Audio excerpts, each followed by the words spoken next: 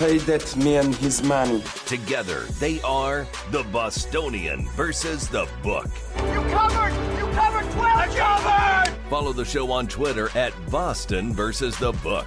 How do you like them apples? Bringing you the best insight on sports betting news, Matt and Dave's daily picks, and an entertaining and unfiltered dive into the sports betting industry. Here's Dave Sharapan and Matt Perrault. And here we go.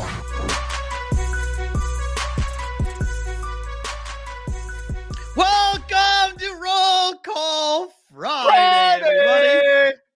BVB Brigade, how are you guys doing? Thank you for hanging out. We are ish again, little ish on us as to where we're on live, YouTube and Twitter at Boston versus the Book on both Sports Grid Replay. How are you guys on this Friday / maybe the weekend evening for us? Lots to get to on the program today. Pirates home opener. I'm wearing it for Dave, so I am going to support. Did you say the weekend?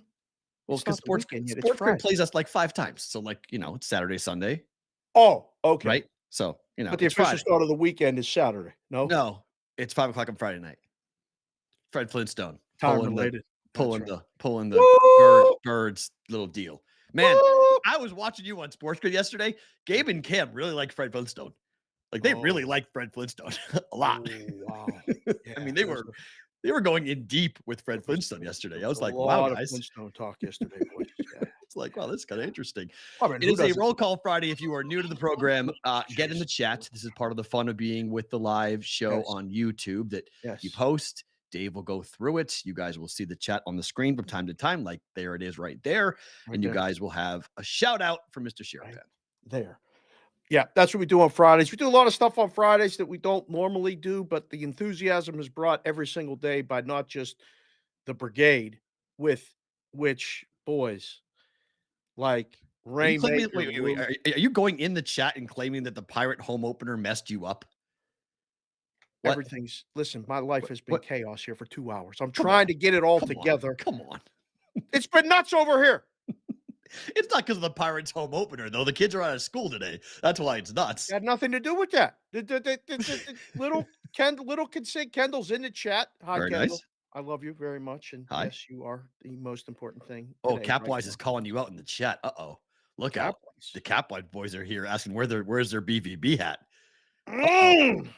Listen, trying to get a sponsor. It's in consuming all of our time. True. The hat's coming. You're on the list, Capwise. Thank you, sir, for coming into the chat and joining us. But between Sonic, posting stuff, Rainmaker Lou and Mrs. Rainmaker Lou are at the Pirate game right now, sending me pictures of the tailgate, say this would be a perfect place for the BVB to be doing a show right now. So shout out to both of them. Can't we be in the park? You got pulled with the Pirates. Can't we be in the park? Do we got to be outside the park? I was texting this morning with Travis. He's on the field doing media. And he's texting me, and we're going back and forth. So yes, we're working on it. That's what I'm saying. I apologize for my tardiness. Again, hit the likes button, hit the subscribe button. Thank you very much. Got a text from J. Dow Betts. Him and Mrs. J. Dow Betts have had some craziness at their workplace this week. He said he hasn't been as active in the chat, but he listens every single day. Thank you. Where do people find our show, Perrault, to listen if they can't come in? Listen, literally anywhere you get your audio podcast, you'll be able to get BVB. Just go ahead and search Bostonian versus the Book. Apple and Spotify are the 2 most common, but Audible and everywhere else, yes, you can get the show. It's all over the place. And then the video that Mikey Awesome just posted. Did you see what this man did? Like, I don't know what he's doing. It's great. Are you kidding me? I had no idea that we were as much fun and as silly as we are when we do this show and give out all these picks and have people from all over, not just the United States, not just Canada, not just England. Shout out to all of our. So Capwise says that Over 11 is the Rockies Nationals sponsor for the show today. We'll discuss that because that game yesterday was an all-timer. Insane. Oh, got me, but it got everyone because you can't have a game where there's 2,200 games in existence at Coors Field. That was the 11th time that was 1-0. 11th time Ever. ever? Ever. Ever. Ever. Well, I mean, so you run the over. So I was you'll on the never first forget. 5 over. I wasn't on the game over, but Okay, but first you'll 5 never over. forget that, right? Nope. That'll be remember that time it was a 1-0 game? Yeah, I had the over in the Yeah, first 5. first 5 Right. of that game. Right. Those are good stories. That's what we do here too. We talk about bets, we talk about stories. There's all kind of things happening. First thing I need the live chat to do is put your area code. We're gonna do something with that song too. Area codes, area codes. What song? Wait. Who sings that? I forget who sings it. I'll find A it. I song don't have called Area Codes? Oh yeah. Not Oh, like Signs, not the song Signs, Area yeah. Codes. It's area codes. Yeah. Is it a Put rap? it in the Is it chat, like boys. is I it know R&B? somebody knows who sings the song area codes, but put your area code wherever you are right now, watching, listening, participating in the chat. Sonic's always first with that 602. Yep. And of course, Raymaker 412 Pittsburgh. And here they come. Watch this thing. Boom, boom, boom, boom, boom, boom. And it's funny because you don't see Similar doubles. ones, You don't right. see too many doubles. Oh, It is Ludacris sings that Luda. song. Oh, I all love right. Luda. My gosh, I should have guessed. Yeah. You and DJ Thump. That's my guy. I can't wait to meet that guy. I can't wait. He got me fired up again today on Friday. Does it every morning, but today is special. For those of you who don't know, DJ Thump is a local Vegas DJ on a local hip hop station here in town that Dave has like a man crush on that's no tomorrow. Like, Oh my goodness. unreal. Like you need DJ Thump gear to wear on the show. It's my gosh. We're So working on it. I'm just gonna go watch him work. I'm gonna go watch him do the morning show in the studio and just watch him work. That's what I'm gonna do. Why? Study him. He's like, first thing, trust me, I did morning radio. There's nobody wants you in studio on morning radio. Like, just it's dark or tired. Nobody wants you in the studio in morning. That man is not tired at all. What he does. When the mic goes on, he's not tired. Yeah, when the No. mic's off, I guarantee you, he's tired. I don't Every know. morning host is tired. It's the hardest job in media is morning TV and morning radio. Luda with area It pays codes. well. We got guys in area codes. It's Luda said he got hose. Get him to sponsor the show. That's right. Yeah. Get So, him to yes. sponsor the show. Good call, Lou. Attaboy, Rain. So we do that on that. By the way, I only read the chat when the chat's on the screen. I don't read the chat when the chat's not. You got on the enough screen. tabs open. I'm an over under for your Today I have tabs a right now lot is like is 18 and a half today. 1, 2, 3, 4, 5, 6, 7, 8, 9, 10, 11, 12, 13 and a half. 13. So you're under. Yeah. 13 today. So you went too Okay. high. It's on the under All on that. But we have a lot today because we have a lot going on today. A lot to talk about today. Day 2 of the Masters as the weather is starting to roll into town. So Be Tiger's good on the course. to be having that early tea time and be done right now. Without a doubt. And Brooks Koepka obviously is going to sit there in that lead. Probably is going to grow unless this kid keeps doing this. This is the story of the Masters, Dave. What? Sam Bennett. Mm-hmm. Sam Bennett is an amateur golfer. Yes, he is. Outright second place right now. What's the score? -8. He's 4 back of Brooks Koepka. He's 4 back. Yes. Koepka posted another 12. 67. He's 12 under for the tournament today? Yes. Yes. Oh my goodness. Jason Day had a nice charge, but then he faltered. Colin Morikawa is playing very well. He's charging, which is nice. I have bets on Koepka and Morikawa, so that's good. I did not see Sam Bennett doing anything in this tournament, but I mean, this is unreal. It's wild because I don't know how the laws work for the Masters. There are certain tournaments where you win or play in the top 5 as an amateur. They can give you the money and you just turn pro right then and there. I don't know if the Masters, because it's an invite-only tournament, I don't know how they handle if an amateur golfer would come in like life-changing money, like millions of dollars. So we'll see what happened. I don't care about the live. Hold on. If he wins the Masters, he's going pro. There's no discussion. But if you declare yourself as an amateur, and that's how you got into the tournament, that's how your invitation came. He wouldn't have qualified for the tournament if he wasn't an amateur. So if he wins the thing He as an can't. amateur, he can't take the money? For the U.S. Open, I know you can. If you're an amateur playing in the U.S. Open and you were to win the U.S. Open, you can take the money, and the USGA and the PGA Tour will declare you a pro right then and there. I don't know how it works for the Masters because it's an invite-only tournament, and it has its own rules. That would be one of the worst beats of all time. For as a player, if you win it and you can't take the cash, right?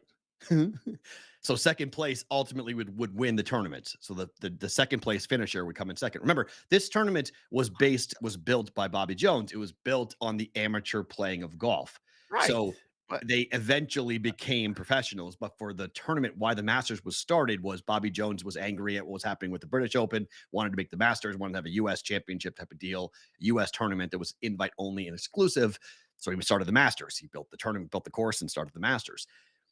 Amateur golfers, this is a course in a group of people that really take their amateur seriously. Like if you're the amateur, the high amateur, you get a ton of stuff. I think you get like a 5-year exemption into the tournament, and like it's a lot of really cool things you get. So Sam Bennett is by far right now, everyone is pulling for this kid to keep rolling, and he can hammer a golf ball. I mean, this kid can just jack a golf ball. And he's played so far in the right conditions. He played late yesterday. He's playing early today. He'll make the weekend. He's going to play with Brooks Koepka as of right now. He will be in the final grouping heading to the weekend with Brooks. Like, what? It's unbelievable. how old is he? He's at Texas A&M, I believe, so he's not that old. Is he even 21? I'm going to say yes, but I'm not positive that he actually is 21. You guys know, put it in the chat. Sam Bennett is, I mean, he's 22. 23, sorry. 23 years old. I think he just won the U.S. Amateur, or he won the NCAA championship, one of the two. I think I think he won how he got in by winning the NCAA championship. Pierre Chevalier, welcome, sir, as always. Happy Roll Call Friday to you. Just came in and said an amateur can't keep the money. Okay. Cannot keep the money if they win the Masters. Because you can't get into the Masters if you're an amateur, right? Because you would be on a different grading system. So Sam Bennett wouldn't be in the Masters if it wasn't for being an amateur. Right. So right. That's how he got in, and he just gets to go out there and play his tail off, and then it's okay, kid, go do it again. But I mean, he's not going to win the tournament, but just playing in the final pairing tomorrow is unbelievable. Yeah, I mean, NIL money. the whole story is unbelievable. And I didn't even know about it until you just started the show. Yeah, I wasn't paying any attention, so now we got to watch him. Now, the question just came up in the chat. Bartone, Brian Bartone, welcome, sir, and welcome to our girls that are here today. Winning Las Vegas is here. Oh, nice. So is Kendall. So that our female audience right now that I know of is 2. If there's any more of you in the chat, welcome and say hello. But anybody's welcome. Bartone said he's not pulling for him. He has Brooks to win. Yeah, which is, I mean, technically, there's a lot of people with some nice prices on Brooks Koepka to win this thing. And look, Brooks does this. He is dynamic in the Masters and the majors. Man. He's really good. Let's see when the weather turns. Okay. He's played in 2 very favorable situations. So I'm not saying Brooks Koepka's winning this thing. I have Brooks Koepka in a head-to-head that I bet on him against Hideki Matsuyama. He has an 11-stroke lead on him. So I feel pretty good about Brooks winning that head-to-head. But I'm probably going to come in and sprinkle on some Brooks Koepka, but I'm also going to look at some other guys with longer odds to potentially come up and catch him. And then Colin Morikawa's got the game to do it, so he's lurking back there. And I mean, look, I don't care if a live guy wins or not. There are some people who really are anti the live players. I understand why. Why? Well, I mean, it's what happened. I guess, but I mean, it is what it is now. I mean, it's a golf tournament. It's all it is now. Right. But I mean, come on. I mean, people get tribal and people get into they draw their lines. It's mostly, I think now it's mostly that the people who are pro live tour are obnoxious. Like the people who are, I think, pro PGA tour, they don't like the live guys, but like it's the snarkiness that you get from the live people on social media that get a lot of people like they're anti them, I think, more than anti the players. Because there's like this rogue faction of remember WWE and NWA or NW, whatever it was. What was the rival? NWA was a rap group. With the what? WCW. Thank you. Yes. It's like that. It's this rival organization where WCW was rogue and they were against the norm. And that's what it's like with Live Tour fans. Like it's against the norm, and like you're pro Dustin Johnson or you're pro Brooks Koepka or whatever. So I don't have a problem with you. I mean, I want to see the best golfers in the world play in the Masters. So, you know, You guys, if you're live with tickets, I see a couple floating through right now. Joel Onler, welcome, sir. 48-1 on Brooks. Cole, Cole. He's got Hovland 40-1. nice. I mean, the leaderboard sprayed with guys that are live. What about the guys that are lurking to make the cut? Well, let's talk and about things Tiger. like that? So the Yeah. cut line's +2. Tiger's Just going teed out. off, He's right? on the course right now. Yep. Tiger's got a lot of work to do here, and he is even par through 3, which is good. He's going to have to get through the difficult holes that really in the front have played difficult for a lot of players. 6, 7, and 8 have been tough. He's got to get through him in corner. He's got to go and score on the par 5s, and he's got to get the putter going today. He's going to need. The beautiful thing for Tiger is if he goes out and shoots even par, most likely, given the weather, we may not finish today. So tomorrow morning, if they finish round 2 in the morning tomorrow, the air temperature is going to be very different. We're talking like They 55, just 60. showed it now. I just saw it from now until 6 o'clock Eastern. It's 2 o'clock there right Right. now. Yeah. It's 81.79. It said Yep. it's going to be 54 at 6 o'clock. Yeah. Once that front goes through, there's all cold air behind it. We So, just it was here. It's been Yeah. here for a couple days. This couple this days, air a couple of blowing months. It's nonstop. Yeah, ridiculous. just won't stop. It's good. Monday, Tuesday of next week, we finally get somewhat normal temperatures around here, but Yeah, we haven't had it for a really long time. We got to get 4 or 5 more days down, and then we get more into the right. traditional Vegas temperatures of 85 degrees. But yeah, I mean, it's going to be difficult for Tiger, I think, if he doesn't finish today and he has to go back out tomorrow morning. Like Tiger needs to get this round in today and play as many holes as possible in the warmer temperatures. Try to get the round in because most likely the cut line is going to be higher than +2. Most likely it's going to be +3 or +4, just given the way the course is going to play. And the Oh, wind is going to blow tomorrow. So that's going to be interesting. yeah. These low scores are pretty much done. Yes, which Right? is what Like, I talked about yesterday, and they kind of confirmed it on the ESPN broadcast. They set the course up on Thursday easy because they knew what was coming. And right. so, 12 I'll be put it this way, I'll be surprised if 12 under wins the tournament. I think people are going to come back to earth a little bit and have Oh, you difficult think it's rounds. less? Yeah, I think there's the potential for it if the course really plays difficult and we start to see. I mean, they've elongated the course that if it doesn't, the ball doesn't roll and the Right. course is wet. It makes the Right. greens more susceptible, so you can fire at pins more. But it definitely makes it a long golf course and a difficult golf course to play. And then the Yeah. wind comes into play. I mean, there are some postage stamp size greens at Augusta. So Always. And it can the be tough. undulation Yes. is a very popular word that I Mm. hear all the time describing Augusta in general, but the greens Topography. especially. Yeah. And so you got to put your ball in the right Undulation. spot. And if you go into the pine straw, you ever hit off wet pine straw? Excuse me. That is not a fun. Your I feet did that slip. in Pittsburgh. Your feet And slip like so, crazy. yeah, it's annoying. It is. Sucks. And you can, ball can spray and you hosel it, and then you're in trouble. So the weather is 100% a story for Tiger here. See how many holes he can get through. But he's, he just finished the 4th hole. So he's even par through 4, which I think is fine. I think par today for Tiger is a decent score. I think he'll make the cut Right. if he shoots par.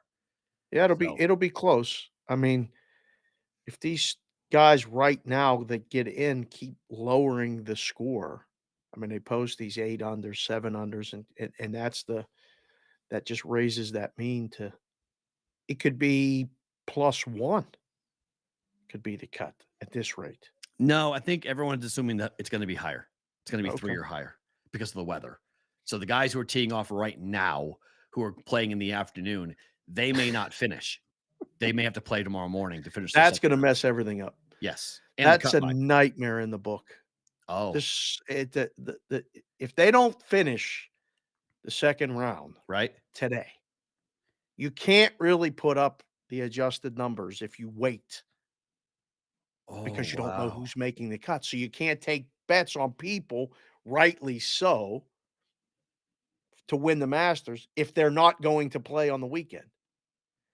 There's so much betting that goes on Friday night till Yep. Saturday tee off on the adjusted prices that this is an absolute worst case scenario for the book. The book wants to got to get this round done because then you just adjust crunch numbers. I mean, the guys like, obviously Koepka's the favorite, Right. and the ones that do the in game will have those odds right now. But for the ones that take it off and then put it back up, absolute nightmare.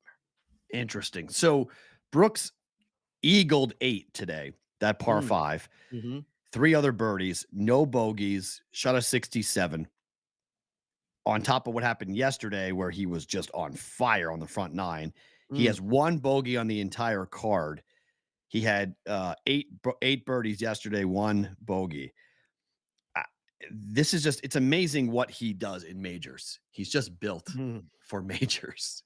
Doesn't care about anything else, just goes out there and plays incredible golf for the majors. And in some ways, this is what Tiger used to do, right? You get out, you play really well. Then on Saturday, you kind of put the foot down, and Sunday you play defense. Saturday's moving day for sure. Yeah. You just go make a run. Yeah. And then Sunday, you just, hey, you come get me. I got a 4-stroke lead, 5-stroke lead, whatever it might be. And he makes the tournament go after him. Would you bet on Brooks to win this thing right now?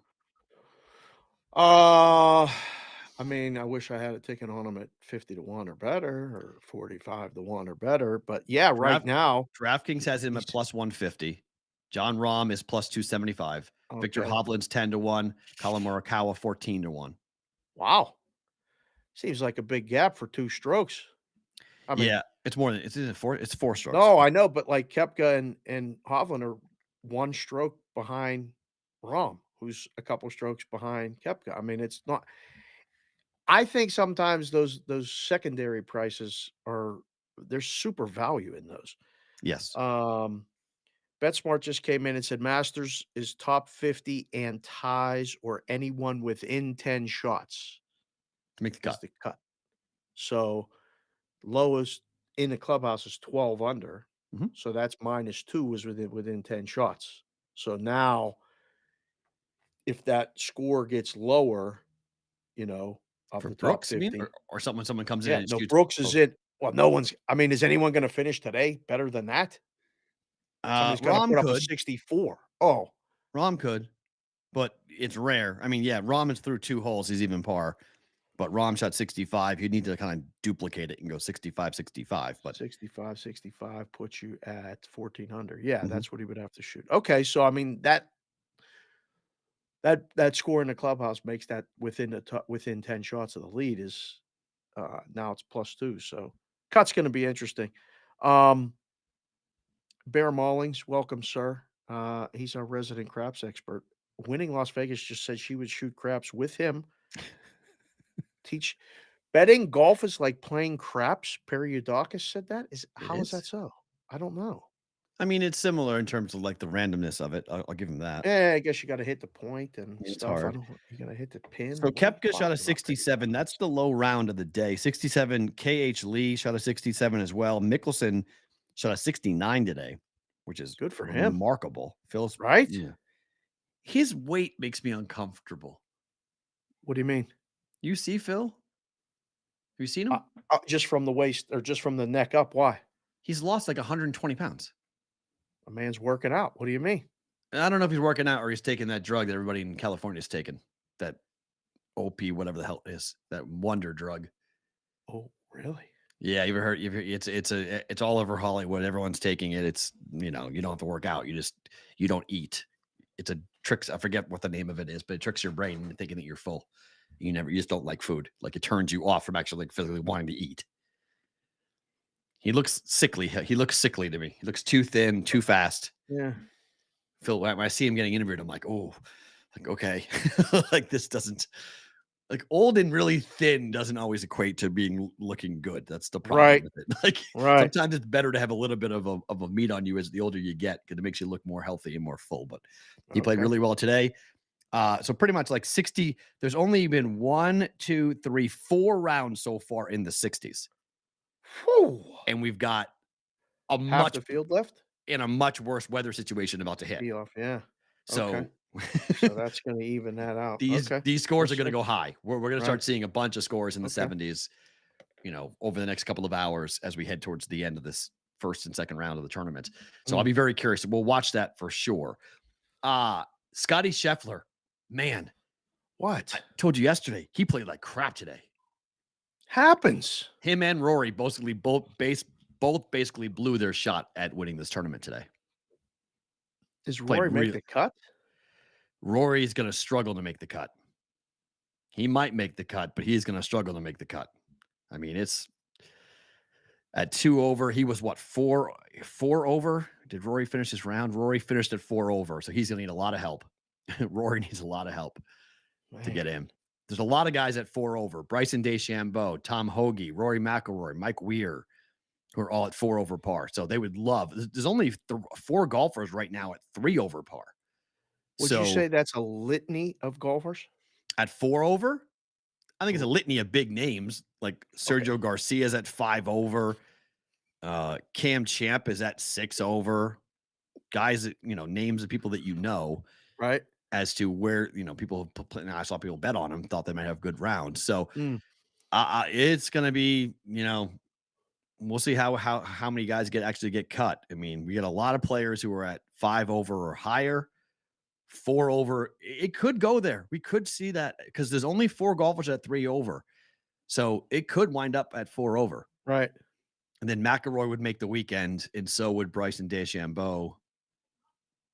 Billy Horschel's at 3 over. Charles Schwartzel's at 3 over. So projected cut currently 2 over, but we'll see how the rest of the day winds up going. But Is this become a letdown for the Masters if you get the runaway? Like, I will never forget my first year in Curacao was 97 when Tiger won the Masters, and I was the only person interested in the whole island, like, watching it. Like, nobody cared because it wasn't close. I mean, Tyler just came in a chat and said the only guys he could see catching Brooks are Rahm and Young. Like, I think Morikawa can catch him. I disagree with that. he's not a long hitter. Doesn't need to be.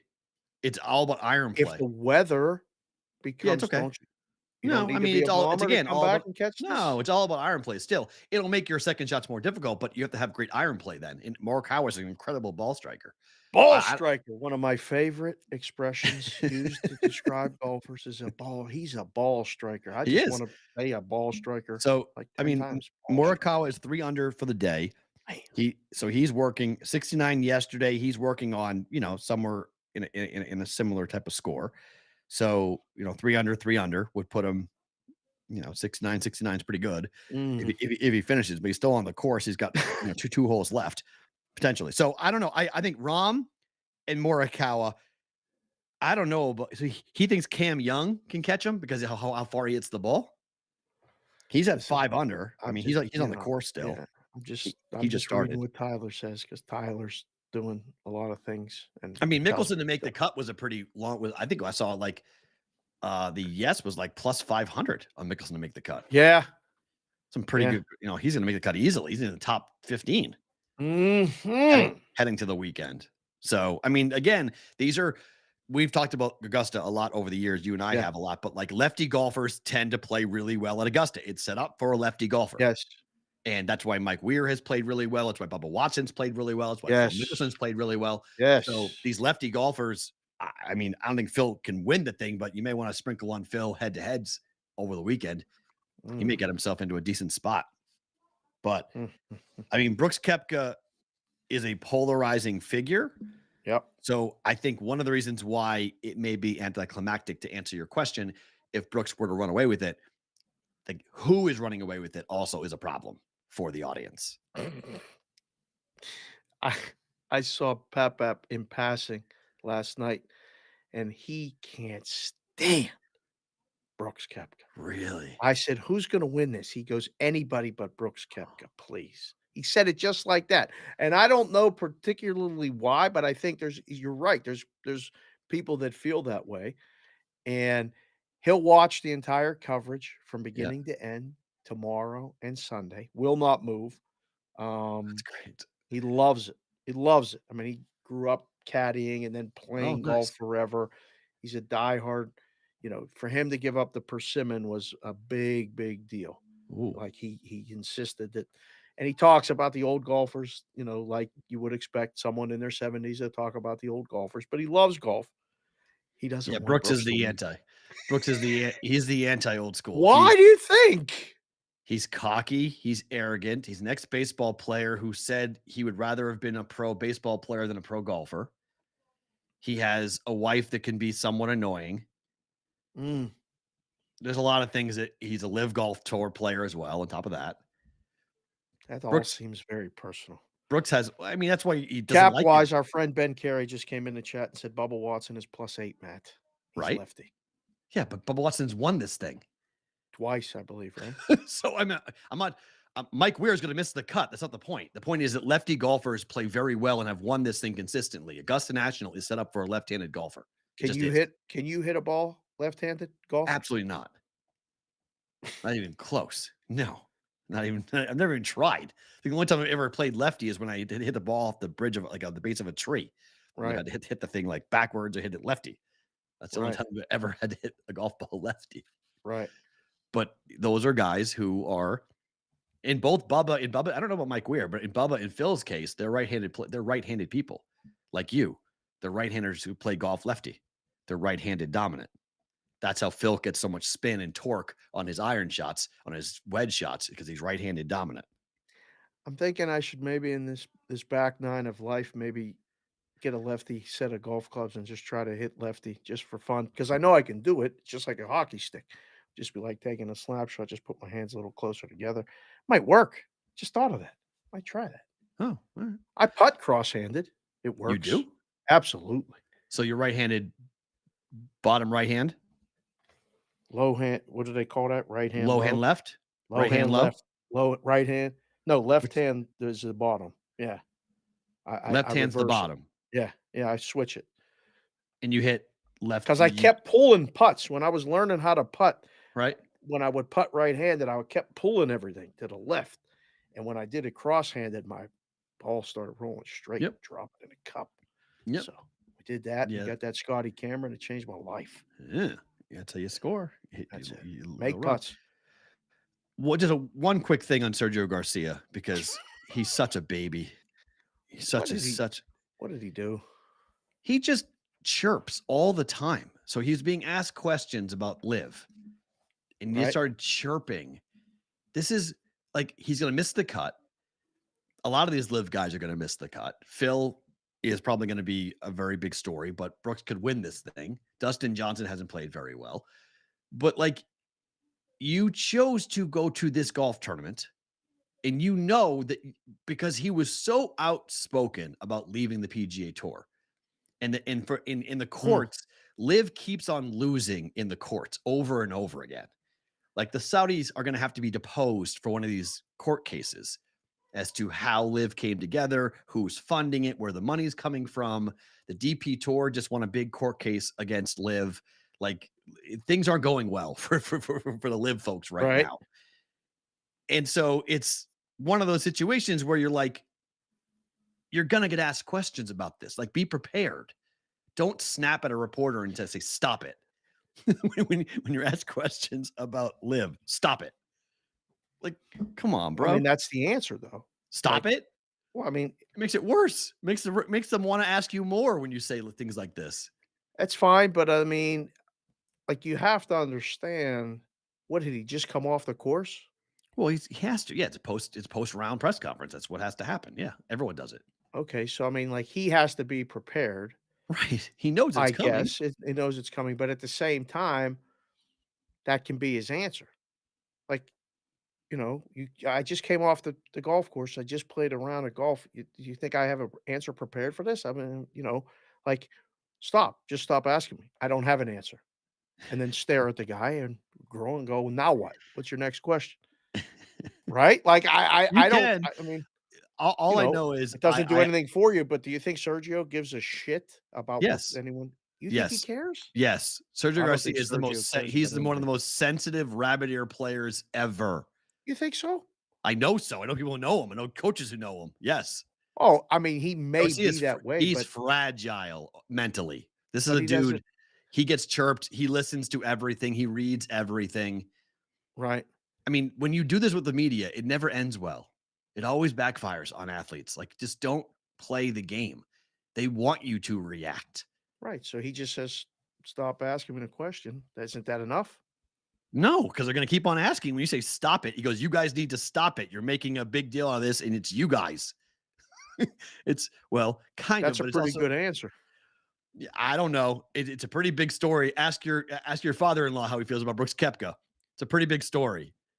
The Live Golf story is a pretty big story. It still continues to be a pretty big story. I mean, remember, Greg Norman said we're going to take our 17 golfers and dance on the 18th green when we win. Greg's been out in the sun a little too much. But that's where it's a story, because you have the head of Live Tour taunting Augusta National. If you ask, we talk about doing the gambling surveys and stuff all the time. I think if Right. you ask 100 people, it's like the steroid stuff in baseball, right? It's a bigger issue for the media than it is people. Oh, I disagree with that. I don't know. Steroids was a monster story for fans. But the media kept it alive, and still, every once in a while when a Hall of Fame comes up and all Because that, it's a the big media deal. brings Right, but we bring it up because fans bring it up. Protectors of the I don't game, think the diehard fans bring baseball it up. fans.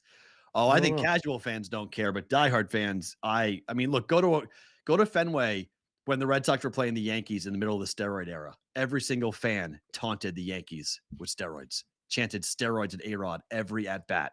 Andy Polling the Pettitte. Red Sox fans at Fenway is not the average, like, That's a fan baseball base. market. As one of the baseball markets. That's And fine. they will fans 100% cared about rivals using steroids. Look, Tatis just got into an argument with a fan at AAA over it. Yeah, I mean, that stuff you gotta I mean, did you see Rendon last week grab a fan in Oakland, Uh-huh. leaving the field? Like, Uh-huh. it's getting testy and these guys are making more money and have everything, like, more. I don't understand why you listen. Just go play. 4-game suspension for touching that fan. But fans care about steroids. Fans, it's not just the media that cares about the steroid story. Fans care about steroids, and fans, especially rival fans, care because they can needle the player and get under the Well, skin of the rival player. fans bring up everything. I mean, Yeah. like, I've been at games where, I mean, they do a Google search and they get they Yeah. get your high school girlfriend's name and stuff. I They love bring it. up some stuff that you can't even I love it. believe what they do. So, That's great. It's yeah. sports. I absolutely love that. So we'll watch the Masters. We'll tell you guys where we are as we head with Tiger's round. We'll see if he can get himself to the weekend, because it's just so much more fun when Tiger's playing the weekend. I hopefully he can. Do we make it. need a pitch clock in golf? Do we need a shot clock? They have one. I know, but like it doesn't feel like it gets enforced enough. That's what a lot of people are saying in the chat right now, and just in general. You got to be careful. You can't force Talking golfers. about You can put something on the clock. There's already a rule in place when you put something on Right. the clock. But At the Masters, it never happens because the field is tiny. The field is so much smaller than what it normally is, so you Right. can't really do it. And if you do that at the Masters, the members are going to be pissed. oh, Like, they don't want guys Oh. on the clock. Like, let them play. yeah. Right. Golf and baseball are the two things that I like baseball being this quick. I do, but I don't need it to be. For me personally, I didn't need baseball to speed it up the way they have. 30 minutes quicker is great, but it's not. I wasn't clamoring for it. Right. Golf's the same thing. I'm not clamoring for a golf tournament to end faster. Right. Get this done. Come on, get this done. Like, it's not really, golf's not meant for you. If you want speed, you want quickness, like hockey and basketball are your sports. That's great. Nothing wrong with that. Right. Baseball and golf aren't. I like them both. I like them both for different reasons. So It feels like there's a generational divide with those right there. with though, 100%. right? I mean, TikTok has changed it's- everything. Look at my students at UNLV. I have that conversation all the time about, I ask them, how long do I have to keep your attention on social media? 3 seconds. 3 seconds. The first sentence out of your mouth as you put up on social media. If I'm not interested, I'm gone. It's like, holy shit. This is Woo! 3 seconds you have to get a kid's attention who's 18 to 24 right now. That's a tough spot right there. Whew. And so those people who are 18 or 24 are going to turn into 25 and 40, and they're going to grow up, and that's what our media is going to be. I mean, it's a different type of topic, but I sent you the story about Ford deciding to take AM radios out of their cars. I mean, that is, I was a little sad after I read that. I was like, man, this is really, there's a lot of people that rely on AM radio for just information in places that we don't know about. You've driven through them, as have I. But sub 45-year-olds do They not. don't even know that there They is don't know an FM exists. radio. They don't know what it That's is. true. Like, what's That's AM true. radio? Yeah. I mean, people You're are. right. I mean, I asked my kids in UNLV. I said, "When's the last time you guys all read a newspaper, a physical newspaper?" And they said, "Other than the student newspaper, they force us to hand out at the cafeteria." I said, "Yeah." They couldn't answer. They had no idea. I said, "When's the last time you guys listened to an FM radio station?" And they said, I think one of them said, "I listened to football on the FM dial when the Raiders play." Nobody else. School, Really? 17 kids, 16 said no. They don't listen to the FM dial, let alone the AM dial. The FM dial is dying. It's crazy. I don't know what's going on. Yes, you do. It's all on the phone. So I said this on the show before, but it is coming. We're going to have cars that have literally your phone on the dash, and you're going to listen and scroll through all of your apps. And Apple CarPlay and Android Auto, right now it's a plug-in. You plug your phone into your car and it comes up. It's just going to be your car. It's not going to be radios. We're not going to have AM and FM radios and all the stations that are sending out these signals all day long and paying for the electricity and paying for the land are going to have some really tough choices as to what they do to stay relevant. Right. Happen in newspapers. It's going to happen to radio next. Wow. So just different generations and how we go. I mean, we're just evolving as a society, so to speak. 5 minutes. We're going to run through some names with Roll Okay. Call Friday. So we'll get another story in here. Welcome, Wager Wire. We'll have their segment here coming up. Yeah, they're in the chat. Miami tomorrow night, UFC 287. Yep. This card is going to rock. This is a really, really good card with some really good fights on it. Right. When you're up against the Masters, what is the handle for this in the book?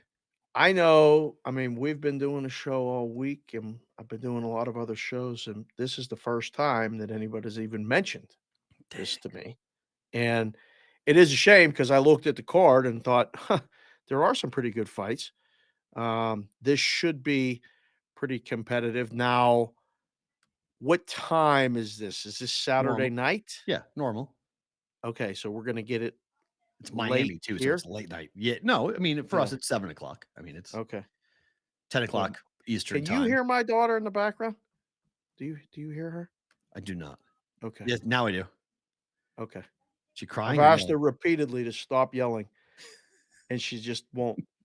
And it's I'm this close to getting up and asking politely.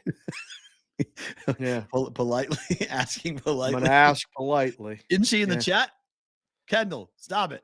She's not in the chat. That's the problem right now. Something happened, I believe. This is when it happens, when the cousins and everybody that's off, they all start linking up and they're playing something. And they're all yelling at each other. Board game or video game? Through the tab. I don't know what they're doing. Oh, they're probably playing. They're playing Roblox, probably. Something. Yeah. Okay. And they're yelling, and it's really, I'm trying to do the show. You're like, hi. And they're on the other side of the wall here, and I'm just ready to. I'm trying to stay I've been calm. there.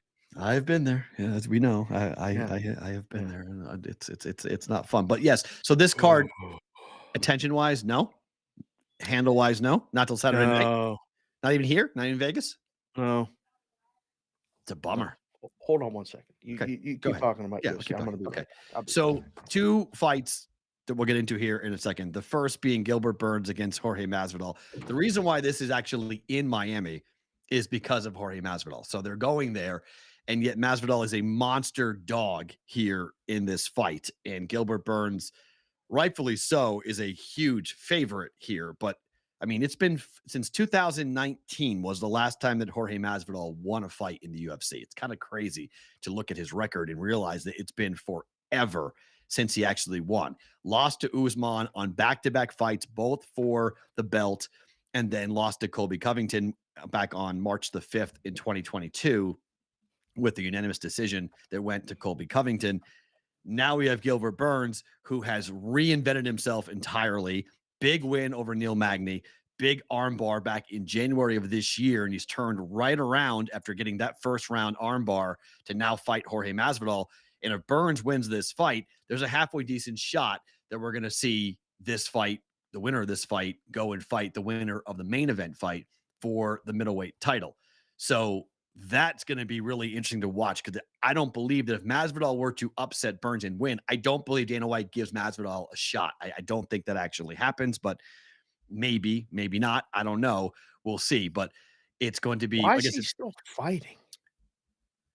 Well, it's hard. I mean, he's got a big fan base. They went to Miami for this reason, because everyone going to this fight is cheering for Masvidal, and yet Burns is a minus 450 favorite. And the total rounds are 2.5 juice to the under. So it's not even going that. The book's expected to be a quick work night for Gilbert Burns. Right. Against Masvidal. But if he's one punch power, shocks the world. If this thing goes to the mat, it's over. Like straight up. If Gilbert Burns can take down Masvidal, the fight will end very fast. And that's pretty much what everyone's going to bet. Burns by submission. Right.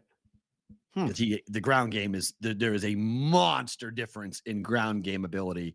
And so for Masvidal, he's got to, look, there's been times where Masvidal's been able to keep himself from being taken down. I mean, his takedown defense is not bad by any means. Right. It's just that he's not going to stop a submission attempt. If the grappling starts, he's in deep trouble.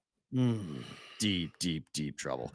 And look, I mean, Masvidal's hittable, but so is Burns at times. Burns takes 3 strikes per minute, hits 3.4, but his submission attempts are pretty damn good. And he's off of a big win over Neil Magny, like I mentioned when you were gone. This fight feels like the UFC wanted the public's going to bet Masvidal like crazy. Right. So this is I would expect this price to come down even a little bit.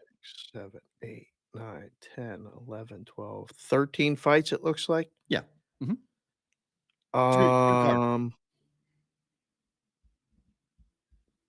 Three dogs win. Is this a 10-3 night for favorites? I mean, there's some big prices. There are. Everything's almost $2 or more. Yeah. Except for, the main event's minus 140. Yes, that's the big fight. I mean, but, when I would go in, like say, all right, I was working tomorrow. Right. And I hadn't really looked because I'm watching baseball and basketball and hockey, and we got the UFC guy, and there's not that much handle, but we're sliding numbers. We're talking to guys like Kalikas and other things, trying, Joey Odessa and all these guys that I respect. And I go in and I look at this and I go, all right, 13 fights. I mean, last time when we went, it was, I think, 14 fights, and it went 13-1 favorites. Right. Yeah. Is this one of those cards? I mean, the books need 10-3. Ideally, 3 dogs, the right dogs win. You can do okay. This looks like a favorite card again to me. Yeah. And I mean, there are some dogs I think worth watching. I mean, Michelle Watterson's a dog in its fight. Chris Curtis is a dog for their fight. Right. Rob Font is a dog in his fight. But I mean, for the most part, yes, I think you're right that this could be a heavy, chalky night with a lot of favorites coming in and winning all the way up, because the main event. Well, that's the thing, right? The main event is everything. Right. It's the entire fight, the entire card. It's the only title fight on the card. Israel Adesanya is laying minus 140. He's 0-2 in his career. This is a really interesting stat. I'm going to forget who said it. It was either Bear Maulings or it was JC from KC in our Discord channel. Again, bvbshow.com to join the Discord. That in rematches, the third fight, even though this is not the third fight in the UFC, this is the third fight overall. Different disciplines, but the first fight and the second fight look very similar. Okay. The winner of the second fight wins the third fight like 75% of the time. Oh. Okay. So who won it? Oh, it's been Alex Pereira. It's 2-0 against Adesanya. One time in kickboxing and one time in UFC. So is it that easy? Is he going to win? He's a dog, which is stunning. Who cares? I'm stunned. Like this is, I want to ask you, like, if the champion is a dog, that's what it is. The champ's a dog. Right. I mean, I know Adesanya just lost the belt, but you still have a champion to rematch. Right? This price tells you what? That the public's gonna come in and bet the dog, so they're laying a lower price on Well, I mean, a Adesanya South or Point has a -120, okay. has Izzy -120, and then Westgate has it 35, Circa has it 45, everyone else has it 40. There's a price discovery process going on right now, trying to figure out what it should be and what it is and who's Okay. betting what. This is really interesting. I mean, Well, obviously, if you put pick 'em, you get driven up on, you know, Adesanya. So, I mean, uh, Perea, just when he hits people, it's insane. mm, He just he hurts everyone he fights, right, including Adesanya. This guy has got unbelievable power, but he's got unbelievable kicks. He's really, really, I mean, he's sort of the kryptonite for Adesanya. And right. yet, I just wonder if both these guys were Americans, would this be a bigger rivalry? This is a Brazilian against an Australian or a guy from New Zealand. It it's just interesting because Adesanya is such a polarizing figure for some. I've always loved Izzy. I love the Right. way he fights. He's such an incredible striker, but this guy feels like this is his kryptonite. Like this is the guy. He just can't beat this guy. Mm. I mean, I if I go down with this Everybody chip, has one of those, don't they? Just yeah, in life in general. yeah. Like there's always one guy or girl that you just can't beat. I mean, the You just standoff was unbelievable yesterday. They both made weight this morning, so we're good to go. The fight's on. And How about this this total in that fight? four and Four a and a half, right? half unders up Under. to -150, Perrault. I believe it. I mean, it's hard to see this fight going 5 rounds. It really even though it's Izzy, Oh, even though it's Adesanya, and so often Adesanya does go all 5 rounds. right. And so you would say, like, traditionally speaking, this is a fight where you'd be like, okay, average fight time for Adesanya is 18 minutes and 26 seconds. Like, that's unheard of. 18 minutes is average fight time for Adesanya, and yet reducing it to the under because Pereira's average fight time is 11 minutes. It's Oh, 18 minutes is I mean, a regular fight is 15 15. minutes. Yeah, his average But fight he's time fought is the title. longer than a 3-round fight. Well, yeah, because he's fought a lot of title Yeah, fights, right? correct, but it's just as it goes long, like, his Well, I mean, fights 25 minutes is a title fight, so it's 18 and a half. That's halfway through the 4th round. That's what the total is. right. So, you have before he got KO'd by Perea in the 5th round of the last fight, Right? which did, by the way, go over 4.5 rounds, that he had 4 consecutive fights go to cards, including the light heavyweight fight against Blankovic, which he lost. So, I mean, since October 1st of 2020, 4 of the 5 fights have gone to the card. In the fight he didn't go to the cards, went all the way into the final, basically the final 2 minutes of the final round. So I don't know. I mean, I don't know. this feels like it could very easily be, and there's value in taking this fight to go all 5 rounds. I think that there I is. just peeked down at the chat. We're gonna get ready and run some names, but Raider Nation just hit it with a tremendous line in the chat. 18-minute title fights, Dave. Question mark. My man, Raider Nation. I love it. Oh, that's too good. My guy Akbar just No. came in and said, you can tell from Izzy's eyes he's scared of him. Do you Oh, think that's the case? I don't know if he's scared of him, Something but in I here? think he knows that this dude is going to be his most difficult opponent. Like Right, there's something with this because Izzy's never been knocked out in the UFC. He got knocked out by Perea. right, Perea knocked him out in right, kickboxing. And right. so you have that on your brain that I've lost to this guy in every discipline. In kickboxing, I've lost to him, and I've lost to him in mixed martial arts because Mm. that was the line Izzy said leading up to the first fight. Yeah, you won in kickboxing, but this is mixed martial arts. This is different. Uh, Didn't go okay. differently. It went the same way. Izzy got knocked out in the 5th round by Alex Perea. So now what's the line? So now his line is I'm more committed, I'm more dedicated, I'm more focused, everything. I'm not thinking about anybody else. Normally I think about my next opponent because I'm not worried about the guy in the octagon that's gonna be with me. Now everything is focused on this guy. If he loses this guy, this is the problem with prize fighting. He loses this. I don't know if you do a third and then Adesanya no longer becomes the master of this division. He just becomes another high, big name, but not There's the no guy, third fight if he loses. right? So There's no third fight. there could be maybe like down the road if I there's mean, unless nothing it's some less. controversial decision or some other Right. crazy stuff. There's no more. Agreed. If he this gets knocked out, Ferrara wins, that's it. There's no third fight here. If Izzy gets knocked out. So like if you're looking for something to watch tomorrow night, and if you like watching fights, this fight should live up to the billing. Adesanya Pereira should live up to it. The rest of the card, I won't promise. Right. Burns and Masvidal might be fast. Yeah. But this one, this fight will be an absolute banger. Like this fight will be an incredible fight for a title in Miami. I'll be very curious what the crowd cheers for in Miami. Right. Because there's not a natural, like, Did you see what Antnik did? He made one more sleep Miami wear for UFC specific. He called it a home game. That's what he said. He goes, I never get a home game. That's what, so he's fired up. He made Miami colors, Miami print like UFC 287. Nice. Shout out to our guy Antnik, who has been on our show.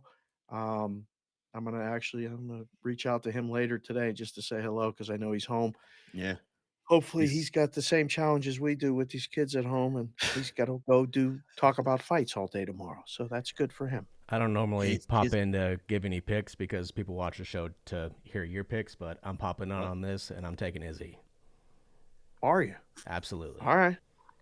I don't think you're alone. I've met this guy in person. I've hung out with him. He's a what does that mean? Nothing. I mean, nothing. He's a super sweet guy, but like, right.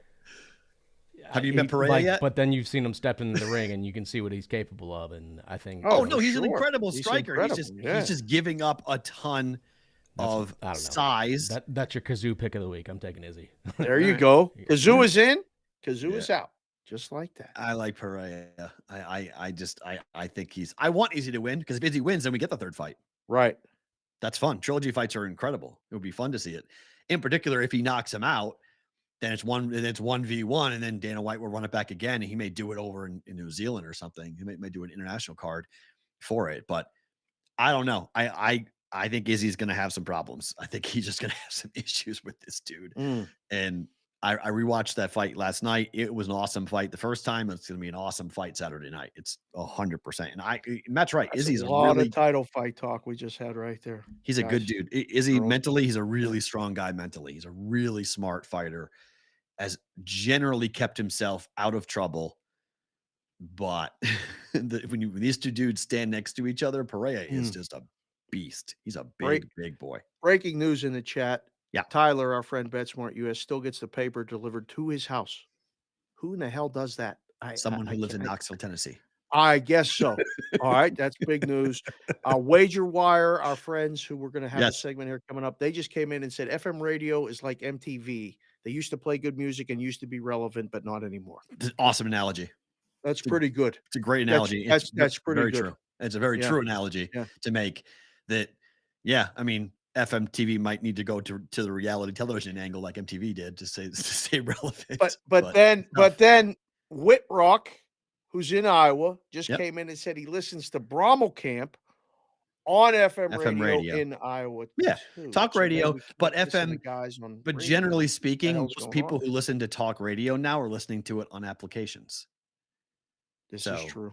Like if you want to listen to a talk radio person, they may be on the FM dial, but they're going to listen more and more, gravitating towards the app. That's why everyone's like, download our app, blah, blah, blah. So that's, that's where they get people on their phones in the car. I mean, I literally live on Apple CarPlay. Like wireless Apple CarPlay is the greatest thing that every one of the new cars I drive. If it doesn't have it, I'm pissed. And see, I still will not link my phone to my car. I've had the car for 5 years. I won't do it. Why? I don't want to. Why? I don't want to be dependent on it. I want the phone for the phone. I don't want them in a car. I want the car. I don't need the phone in the car overriding.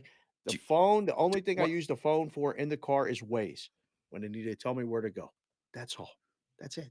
Sometimes music for driving. This is really crazy. Yeah. What are you afraid of? Why aren't you looking your phone? Nothing. It's distracting. I got 2 kids that drive. They're teenagers. I don't want them looking at their phone. So you have to practice what you preach. Don't look at your damn phone when you're driving. But that's why the whole point. Little wait. It's the aux. But whoever's the whole passenger controls the aux. This is not logical. The point of linking your car, your phone to your car Yeah. is so you don't look at your phone. Okay. You don't look at your phone? Never. That's That's the whole point of it. You complete don't look at your phone. bullshit. No? What do you look at?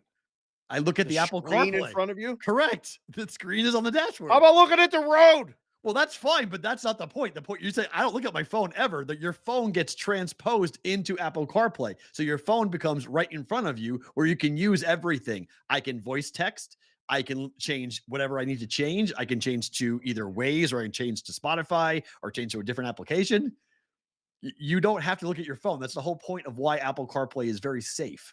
So you don't look at your phone. All right. I love that. That's great. Ariadakis is listening to the show while driving to work right now. Good. On John, YouTube. Stay on the road.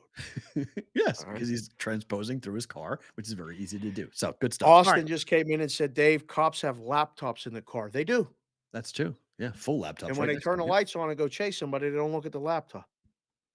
You got to know when to use it, when not to. That's all. Well, they do it at traffic lights. They run your plates all the time. They do everything on that. So they should like and subscribe to the show. That is true. Why don't you roll through some roll call Fridays and then we'll get to the Wager Wire market report. Absolutely. Let's do that right now. All right. So I like to go back to the beginning when we do all these area codes and all this other stuff. So we'll start up there. We got Capwise, Addison, John in the 724, Mikey, awesome as always, ODU. Periodakis driving to work. JC from KC in the 216. Sonic. Paulo da Silva. Oh, what is this? Let's go name. Mets bullshit. Why? I love the name, though. That's awesome. DGen 4TW, as mentioned before, Raider Nation. LT, PB. Call me Jared. Let's go Brooks. He's all over Brooks Koepka. Mm-hmm. Winning Las Vegas again. Thank you for being here. Hi, you and Kendall make us two that we know of, girls, right here in the show. Sports Avenger, Brian Barton, Kyle Meyer, Ventura, 226. And actually, we have three females watching the show right now because Rainmaker, Mrs. Rainmaker, 512, you did a great job with that spread. Next time I'm in Pittsburgh, we're coming to Tailgate and we're going to Manny's. And you guys, if you're watching the show right now, Manny's pregame Pirate game, you see how good Perrault looks in the black and gold. It works. It's not Boston black and gold today, Bruins. It's Pittsburgh, but it is also for the Bruins too. It is. Double shots. It's fine. Tyler Betsmart, Christian Hastings, welcome, sir. Hope the kids are well. Hope you are well. Senior Brigade member Roger Long is here. Chef Benny found his way to the show. I don't know if he's on a plane or he's driving or he's getting ready to go watch the Bucco game. Not sure. Whitrock and Brommel Camp representing the Iowa contingent. JPC 4th. Not sure. Welcome, sir. I think that's it for now. Austin Nakbar, we mentioned already. This is great. I mean, there's a lot of shout out communication Christian? back and forth.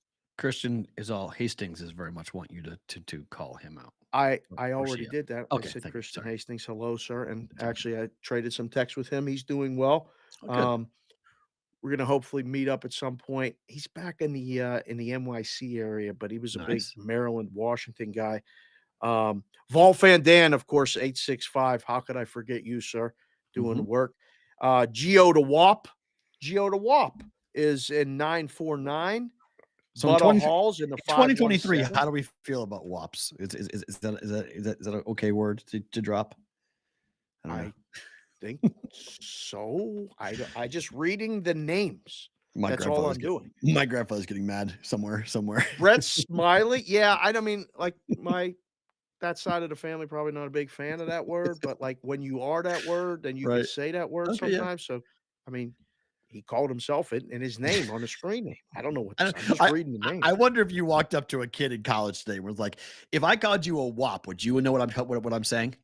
Would you have any idea what that term means?" I don't know. I don't know if the kids know all the words. No way. Without papers, there's no way they'd have no idea what that means. They have maybe no if you idea put it on matters. TikTok. Maybe if you put it on TikTok. I don't know. Maybe, but like if you explain that, guys, there was a time when people would walk up to you and you need to have like immigration papers. And if you didn't have your immigration papers, it was a derogatory term towards immigrants. They'd be like, wait, what? Yeah. What are you talking about? They have no idea. We got some guys now popping in. We got Brian Opaka in the Yeah. 708. That's the Chicago Burbs. Ryan Andrew Fletcher, 2 first names in the 703, Northern Virginia. Ryan Andrew. Bear Maulings. He's our, again, resident craps expert and UFC guy. Brett Smiley is in the chat today in the 973-315, representative Yankee guy. We're going to have a mention of a sports handle story Yes. today as well, Brett. Yes. So we're always working for you. We appreciate you, embedding us in the site. Yeah, Brett, I get that. Paisan is completely acceptable. Absolutely. Yes. Yeah. Swap is maybe not. When we do the roll call Friday too, we usually every once in a while, DJ Thump gets me ready every day for the show. Are you rapping again? Yeah. Yeah. Oh, no. Yep. Oh, This no. one hit me. This is a 1989 special. And I thought of me and you actually when I heard this song. Yeah. Oh no. Yeah. Oh no. Yeah. So it's are rolling you playing the sound? with Kid and Play. I'm not playing it right now, but we got Farra a little bit underneath just so I can keep the beat. All right, Mikey, awesome. Here we go. Ola, ola, eh. No, you're not. Ola, eh. There it is. I'll bet you ladies want to see a PLAY and KID. Yeah, not like the rest. Our style is deaf, and we present ourselves as the very best on the microphone. We bring light to your soul, your whole damn body. We will control. So stay calm. Don't get alarmed. Going to relax you ladies with our deadly charm. Going to go to work on you fellas too. Make you want to do the things we do. Because when our Kid and Play is in your town, you got to keep rocking to the go-go sound. You got to keep rocking all day and night because we're a different delight. Dynamite on the mic. So shake it. Your butt shake it down. We got the best music all around. No. Farrah's the producer. Wiz is the DJ. That's Perrault. Roll with Kid and Play. Now everybody say. Ola, ola, eh. Come on. Oh no. Could you do the Kid and Play dance back in the day? Oh no. I couldn't do it then. I can't do it now. We gotta practice that. No, I'm not practicing the Kid and Play dance with you. No. I'm not doing the foot dance, the foot tap, whatever the hell they called that thing. You couldn't do it? Oh, man, we used to break that down in the fraternity house. You have no idea what that could lead to if you could do that a little bit. You know oh my gosh. Come on. You did go to Penn State. That's true. So yeah. What the hell does that mean? That white guys doing the Kid and Play dance actually got girls' attention. At UMass, it got you made fun of. It got you teased. You're just doing it wrong. That's what I'm saying. Maybe. Or just we had real New Yorkers and people from the city who look at you and go, what the hell is wrong with you? This is that's a hard thing to live up to right there. Yeah, we gotta practice the steps again. I'm trying to get Little Consig Kendall to be the other one. Me and her could do that. That'd be cool. That'd be good. Yeah, that'd be You cool. gotta lock that foot though and hold it while you jump around and spin. And then you go to the Roger Rabbit afterwards. Yep. Oh, there's all kind of things there. Yes, sir. Oh my gosh. Title shots of that dance. Okay. I'll take your word for it on that. All right. Time now for the Wager Wire market report. From that to this.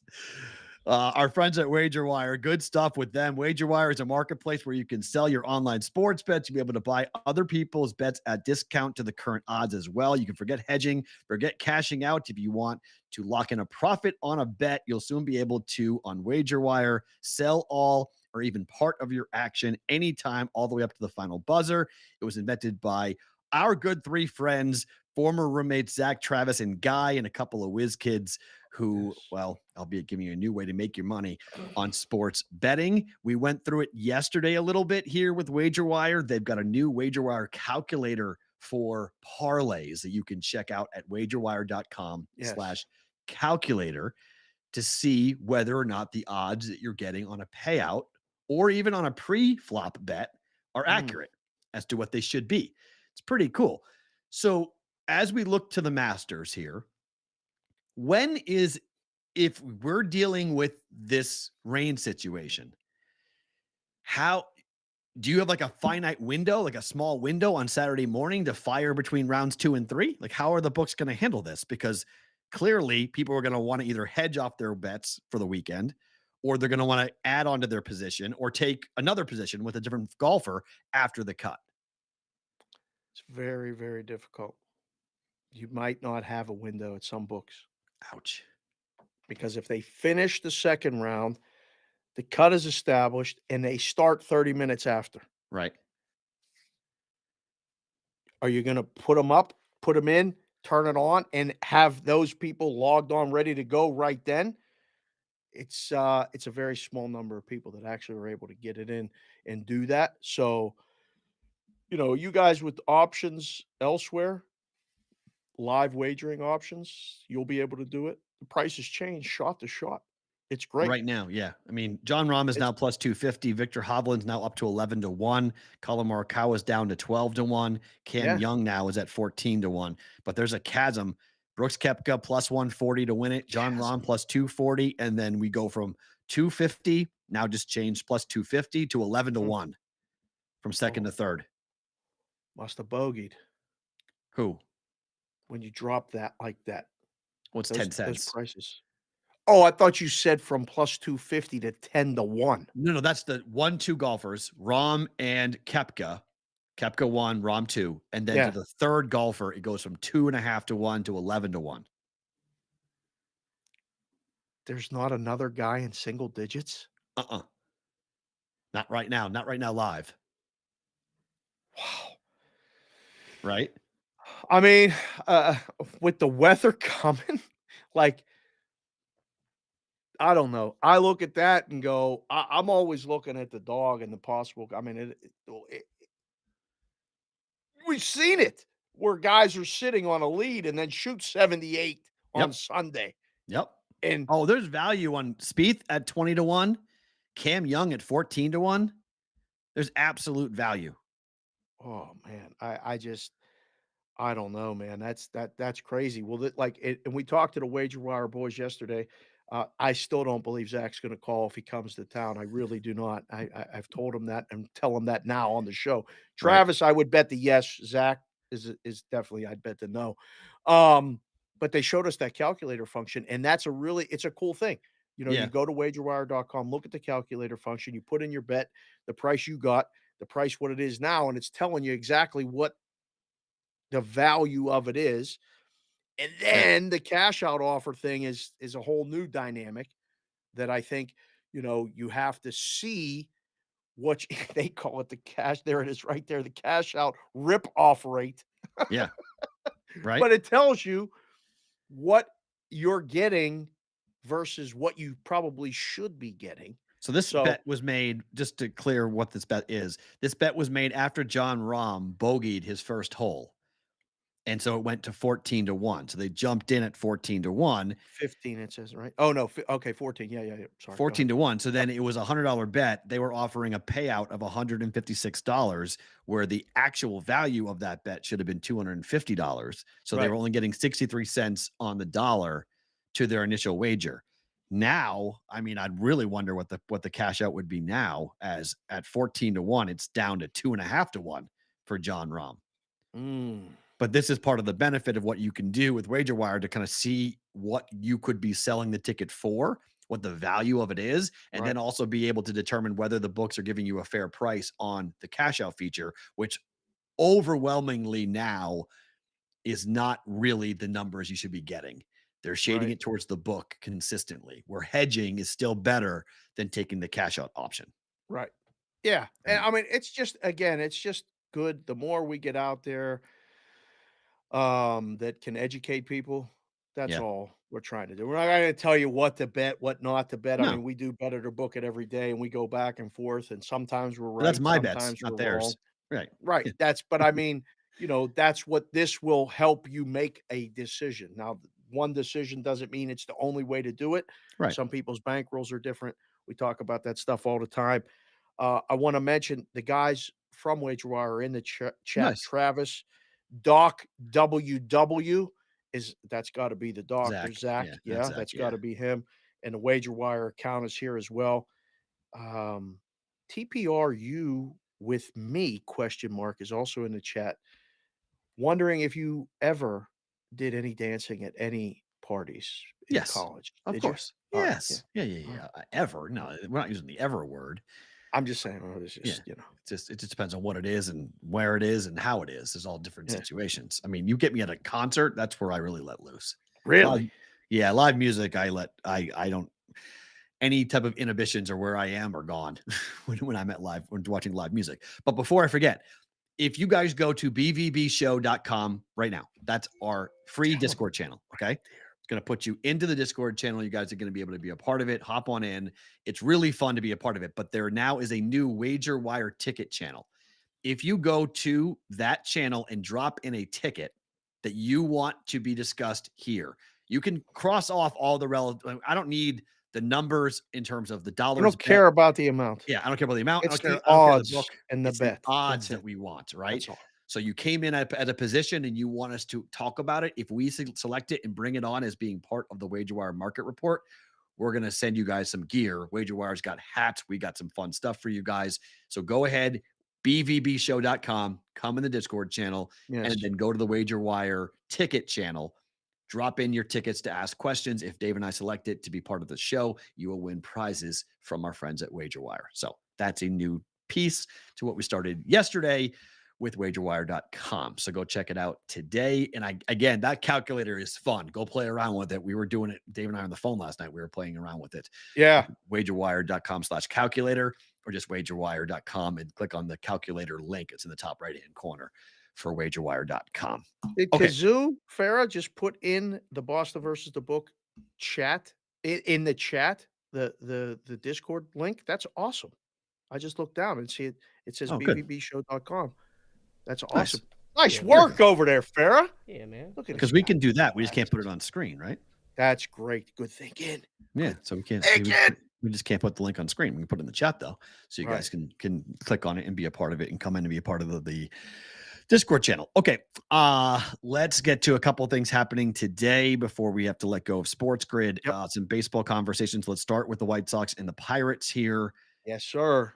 Giolito -130 favorite against your Buccos. Total is 8.5 in this one. What is your play, Mr. Sharapan? Because you're doing bets, doing these picks now. Pre-game show, Sharapan.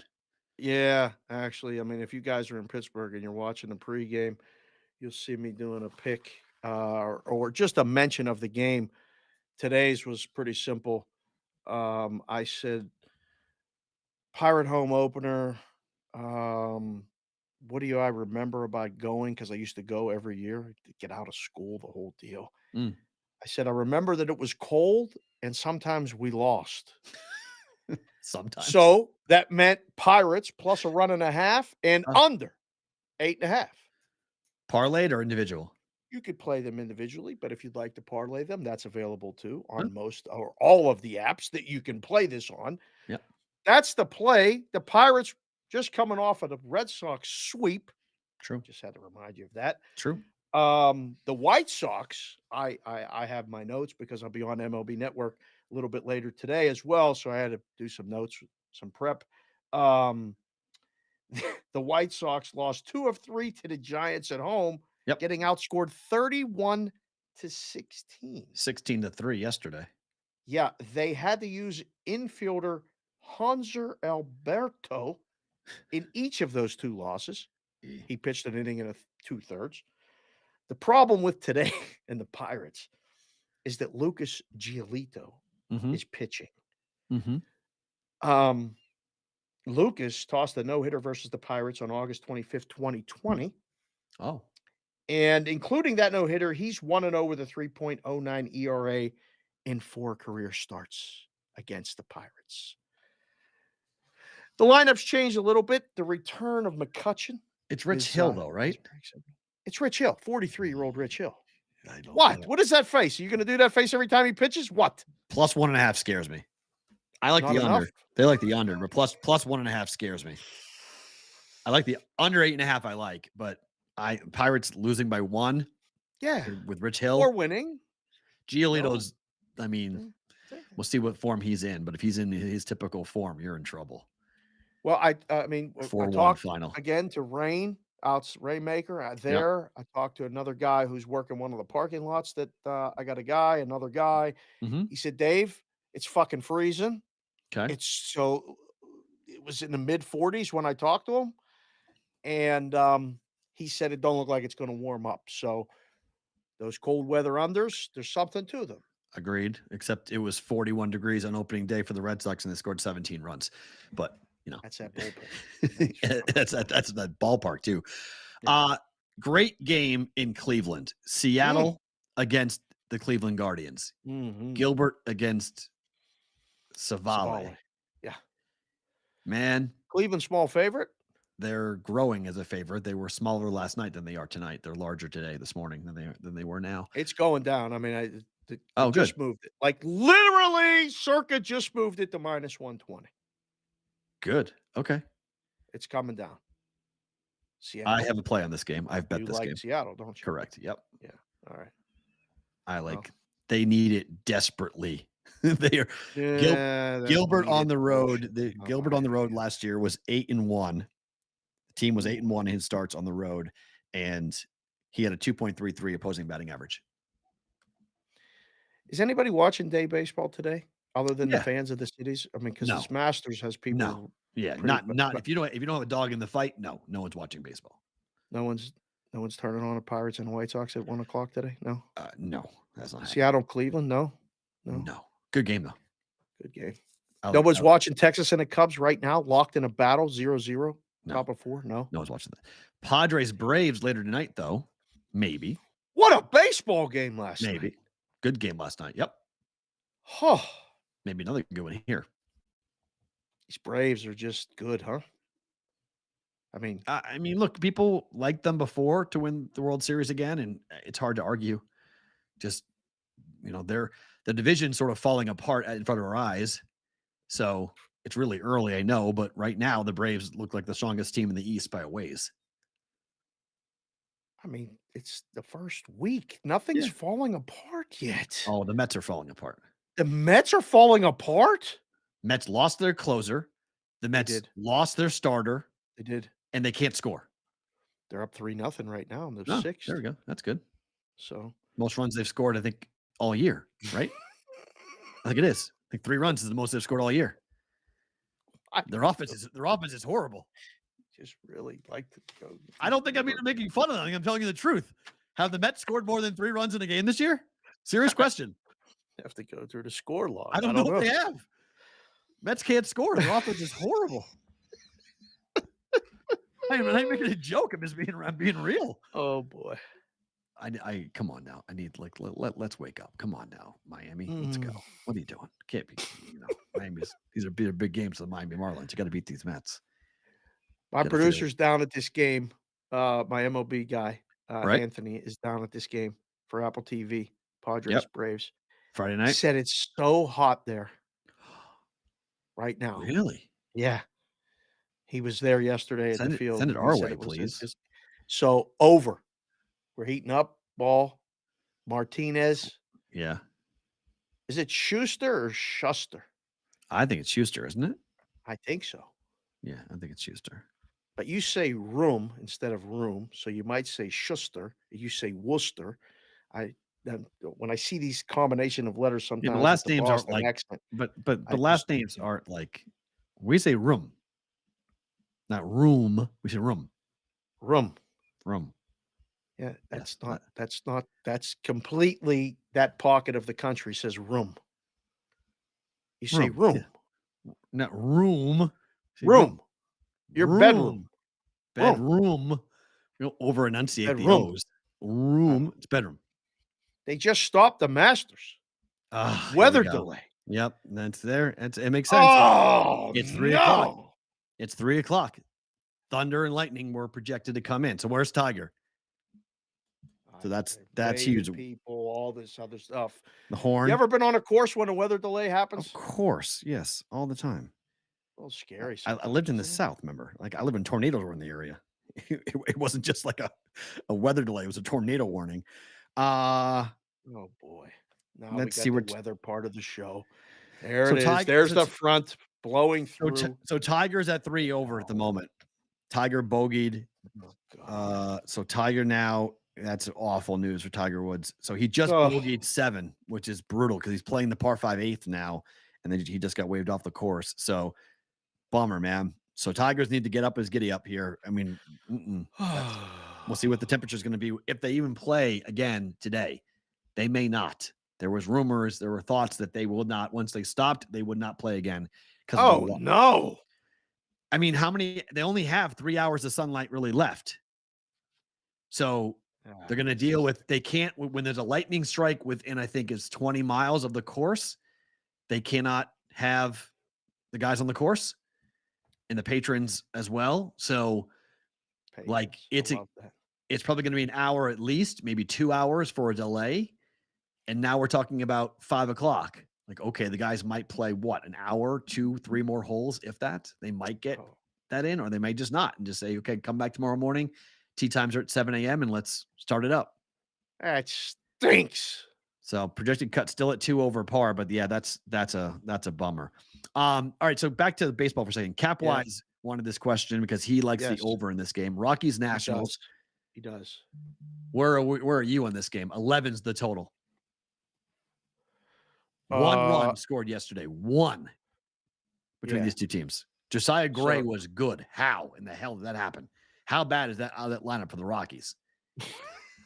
Josiah Gray's awful. What do you mean? He has swing and miss stuff. When you swing and miss, no? Yeah, okay, sure. Get the ball in the air. It's Gore versus... It's a rookie, Mackenzie Gore, yep. Yep, against Urena. Yep. I believe that's how you say it. Yep. Urena, whose ERA at home is like sky high. Urena is this is direct quote from Ben at Capwise. Urena is a turkey tosser. Yes. And Gore should struggle in Coors. Should. So the lefty last season gave up 8 earned in 4 innings pitched, including 3 home runs in his only Coors appearance. Furthermore, I don't see either starter going deep, and a lot of ABs versus the bullpens over. 11. I mean, look, it would make sense for the game to go 1 and then the game have 20 runs today. It would make sense. It would. So I don't mind the play. I haven't made it, but I don't mind it. And then finally 11.5 right now. Going up, 11 over with juice, or 11.5 in some books with under juiced. I'll take the solid number. I always take the solid number just for push potential. Absolutely. Brewers Cardinals is the other game of the day. Woodruff against Flaherty. I like this. For who? I like these early matchups, like with division rivals and things like this. Milwaukee off to a tremendous start, and that guy still in the doghouse. But I bet the wife's at the game today. I bet she comes. Yeah. If she comes, they're gonna lose. Vital information to know. Is your wife here? Yes or no? You know how many fans are going to ask him this now? Hey, every day. The wife here? She here? Yeah. What are going to show her? They're going to show her on the jumbotron or something when she, right now. Like this is like they got to win when she's there, so that whole thing goes away. Because if she shows up and they lose, now it's trouble. They need like a winning streak with her being there. Not just one, not one win. You need like 5. Yes, to wipe that off. Man, that poor kid, that poor guy put so much onto his wife and his family. Man, that went viral. That went everywhere. Everybody had that. That was the story yesterday. That poor kid. Oh goodness. Do you have a side in this? I don't have a side. I don't have a side at all. I mean, if I was going to bet it, I like the Brewers, but I wouldn't bet it. I'm not betting it, so I don't know. I couldn't make up my mind last night. I think the over could come into the game. There could be a little more offense than people think on this one. But all right, NBA. Your Sixers are dead to me. Dead. That was it. Not alone. That was it. Dead. I am now cheering so hard for the Sixers to get trashed in the playoffs. Last night was pathetic. That was an absolute pathetic effort last night by the Sixers. They mailed it in. That's why I hate them. Why even play them? Why even? I mean, they look so. Rivers was so like nonchalant and like, we don't care. It doesn't matter. Like integrity fees my butt. That game was a joke. What a joke that was last night. Philly close is a 2.5 point favorite. Yeah. I only bet props, but I bet over on Harden props, and I bet over on Embiid props. And they didn't play the whole fourth quarter. That was predictable. but Right. their effort was sad. Just sad. Well, now you have -6.5 for the Heat, Yeah, I'd lay it. who beat them. I'd lay it. That number's 4.5, sir. Wow, who is not playing? Don't know. That's crazy. They should kill Washington. They need the win. This is one of those things you just look at and you go, okay, what am I missing? And then you have the overnight at one place here on Atlanta hosting that said Sixers team. That line is now 11.5, sir. Yeah, let's go to that. That line's 10.5. So Sixers are done with the regular season. We know this. They're You're done done with them. You just I'm done fucking with them. said I'm not it. betting this game, but the Sixers are completely done with the season. Like they just are going to play in the postseason, and they're now. I mean, They're the 3. yeah, and they can't get off of it. They're on the 3. Yep. But you see, by giving that game to the Heat last night, basically the Heat now control their destiny to be the 6th seed. It was Which wild would how many play the times. Sixers. Yeah, it was wild how many times they said on the broadcast. I'm just going to say this: the Heat and the Sixers, if they play in the first round, is bad news for Philadelphia. Like they kept on saying it. Like if the Heat play the Sixers, you can see it. This is a bad matchup for the Sixers. They do not match up well with Miami. So I know that. They know that, and everybody knows that. And they could have really tried last night to got away make from them. sure that they didn't play them in the first round by beating them. And that's why I thought Embiid and Harden would give it all out. I thought it was the last time. I thought this is the last time they're going to play hard for the regular season. And that's why I bet on it, because I thought that they would have big games. They had a big first quarter, and defensively, they just fell asleep, and they're down 10 after 1 and then 20. And that was it. Once they went down by 20, that was it. It was over. Holy cow. Nets control their own destiny for the 6th seed, Akbar said. So the Nets are in control of it. So maybe the Heat can't. I thought the Heat. No, but they're in the running. They got to just stay there, because if Brooklyn bobbles, you got to be there to pick it up. So you got to go and win these games. Brooklyn's a 12-point favorite tonight at home against Orlando. Yeah, remember the 16-point line we just saw last week? We've seen big favorites lose outright here late. And Brooklyn plays Philly at home on the last day of the Sunday. Season. Yep. Oh, so Philly's playing possum, and they want to play Brooklyn. If Brooklyn controls their own destiny, they lost. Whatever with the Heat. Philly don't really care. So 3 games, all with big spreads to get to. Mess. Dallas is laying 11 tonight against the Bulls. The Mavericks very much need to win this game. Very much need to win this game. How are they 11-point favorites? Because they've got to win it, and the Bulls don't care. I understand, but last night, the Suns' number got ridiculously out of control because nobody was playing for Denver. At some point, there's a bye on the dog, is there not? I'm not going to hate on it. I mean, if you're participating in this wagering on the NBA, God, it's it's crashed. It's down to 8 now. Yeah, it's down to 8. DraftKings is at 8. Caesars is at 9. 8.5. Yeah, that's it. WinBet's 8.5. Way too high. Wow, the number crashed. How about that? It was way too high. All right. Number on the dog. Just take the points. You want to follow the steam on that one.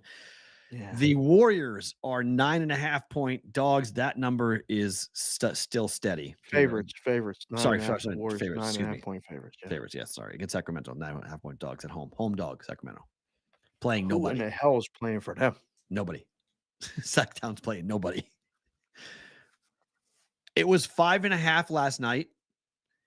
And I have a 2-leg money line parlay with the Warriors. I just said forget it with the numbers, but the number I got last night for a 2-leg money line parlay is so far gone now because of this number. This number has gone. The money line for this game has skyrocketed. Yeah, bye-bye, doubled, literally. Well, what did Kendall say with point spreads? Point spreads are dumb. Point spreads are dumb. The last week of the NBA point spreads are caca. Yeah. I mean, a lot of shit. This is buyer beware. If you're laying, you got to really hard cast iron stomach for this. You're going to need some Pepto Well, how to about drink with the this. last game here? The Lakers are laying 10 to the Suns. No It's KD. 13 now, sir. Oh my goodness! I guess KD 13. officially got ruled out. Yeah. So he ain't playing. Why is he playing? they're waiting on that. It's 13 now. 13. Book's trying to find that number, son. We're trying. We're looking. We went down to, Ahwatukee. We went to Glendale. Opened at 6. It's We now went to 13. Scottsdale. How Yeah, about that? we're Opener at 6. Total is 13 now. there. Let's just trace the line movement here. We got 8.5, 9, 10, 10.5, 11, 11.5, 12.5. Fuck it, go to 13. That's how that went today at one of the joints I'm looking at right now. So everyone poured the steam on the Lakers, who have to win tonight. Yeah. This one here, 8.5, 9, 9.5, 10, 10.5, 11. Fuck it, 13. Like literally just jumped 2 points, said, no, ain't nobody betting it. Like somebody, please just send out the complete smoke signal, bat signal, whatever you want to call it. I used to call it the bat signal because I like the Batman reference. Commissioner Gordon, somebody, please bet the Suns. Who's betting the Suns, Perrault? Right. Quick story from our friends at Sports Handle. We talked about Brett Smiley, who was in the chat. Appreciate you being there, Brett. Yes. Our guy Maddie over there wrote a really cool story on looking back at the March Madness numbers as to what happened. Favorites went 32, 32, and 1. Can we give a round of applause to the sports books for those numbers? That's insane. Sometimes somebody knows shit. 32, 32, and 1. Like, you couldn't ask for a more perfect result. 11 versus 10 built this thing. That is all you needed right there. A game or two within 500. No, we just nailed 500. That's phenomenal. It really is. Hat tip to every one of those guys that helped make those numbers, because then you get those results and you go, okay, now what? And then what they do in the room or the executive level, they go, all right, do that again for the NBA. And you're like, yeah, but wait. It ain't the same. It's a different story. It's a whole different game. Yeah, overs went 27 and 40. Unders were dynamically in play a ton. In fact, we talked about that. Like we kept saying it. We kept playing it. We kept saying the number can't get low enough. And then when they finally did, right, I think we did a pretty good job of picking off the couple overs that we did. If you ended up betting $100 on every over in the tournament, you would have lost $2,500. That stinks. That stinks. Yeah, it's not good. That is not what you would want to have happen. But, people wanted offense. They didn't get it. Right. It was, I don't know how this gets determined a little bit as, people, more of these national research surveys came out that over the first week of the tournament, 59% of bettors who wagered on the event did not fill out a bracket. Did you fill out a bracket? Well, you did. You posted it, but yeah, of course. Did you enter a contest? No, I did not. Right. Like I used to fill out a bracket contest entry form, like whatever. The boys in the chat wanted us to do it. We just got carried away with all this other stuff. Do people do that anymore? Oh, yeah, for sure. Office pools? Of course.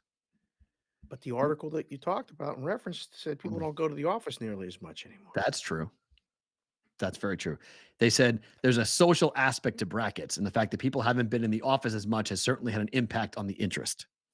It's an interesting quote, right? If you don't have the camaraderie, you don't have the kinship with your office, then you're not doing it as much. That brand, because a lot of offices use it as like a morale builder, right? Like, let's get everyone together over 3 weeks. They can follow it, and like, Kimberly in accounting and Tim in legal, whatever, like they can have their conversations and they can talk trash to each other and whatever. And like, it breaks down barriers. So very possible. Sports Grid, thank you. We appreciate you guys every time watching, hanging out. Come in our Discord channel, hang out after hours, bvbshow.com. For the rest of you live on YouTube and on Twitter, it is time for BVB bonus time on a Roll Call Friday.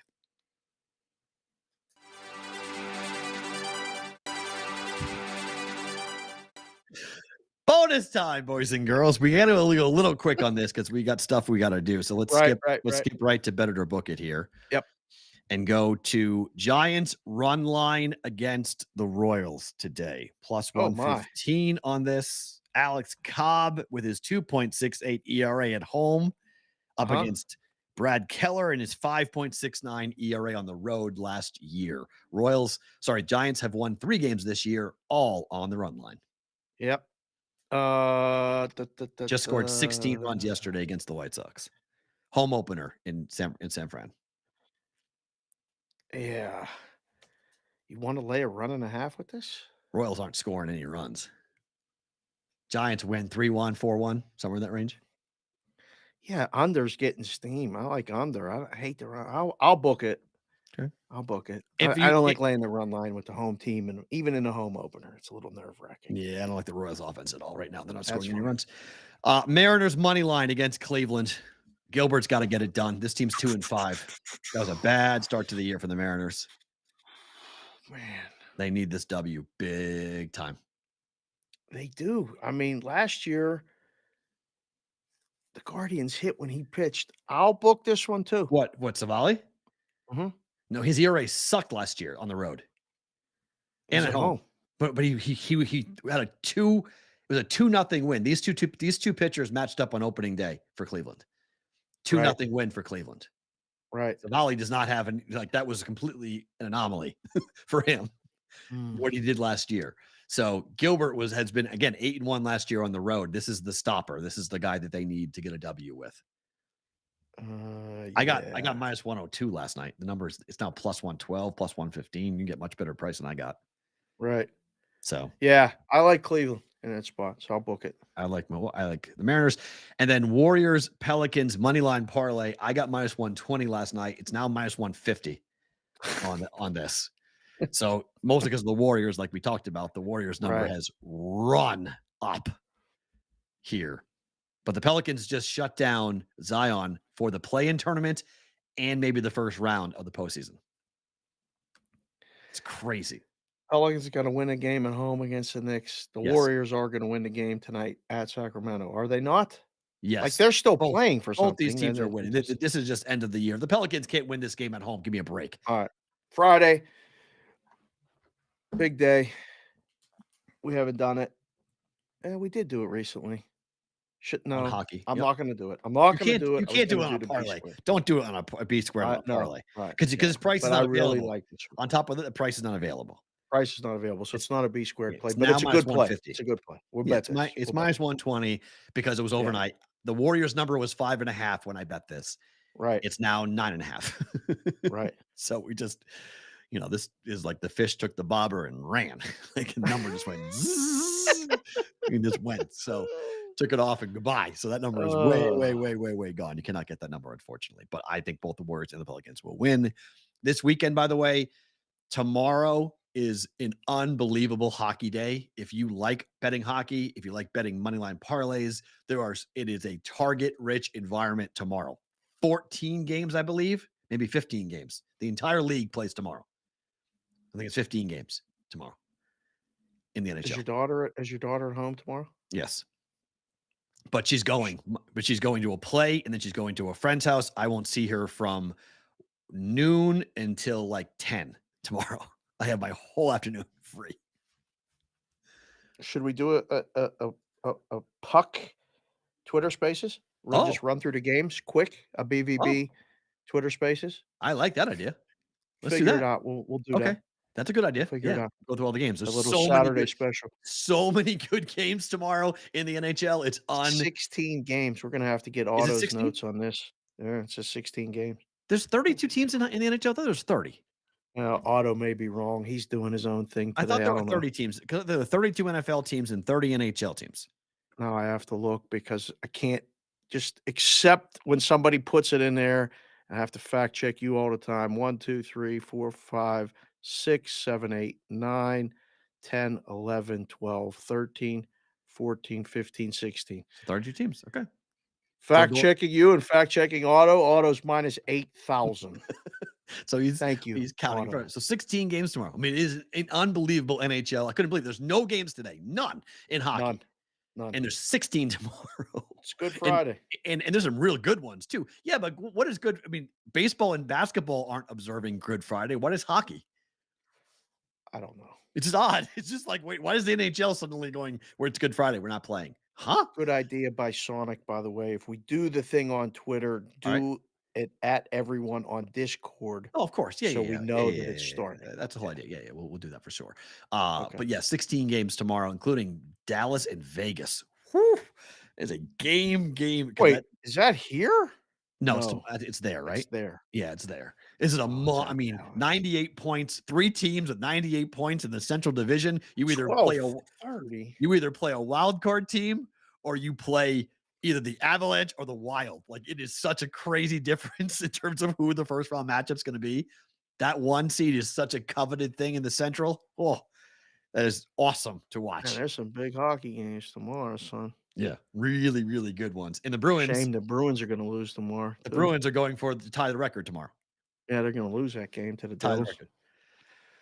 Although I went on the show yesterday with Gabe and picked It is not going to picked the happen. Bruins. No, the I Bruins. don't. I'm starting to believe they may never lose another game. This is I bet them live. absolutely 1-0 absurd. last night against Toronto. Bang, bang, goal, overtime. I know. Pasternak.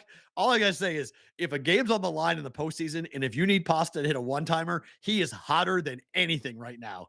That guy can't miss one-time shots with the game on the line. It's insane how good he is right now. Pasta is bonkers right now. Favorite thing about today is what? 1, the show. 2, the calls we got scheduled today about the show. Yeah.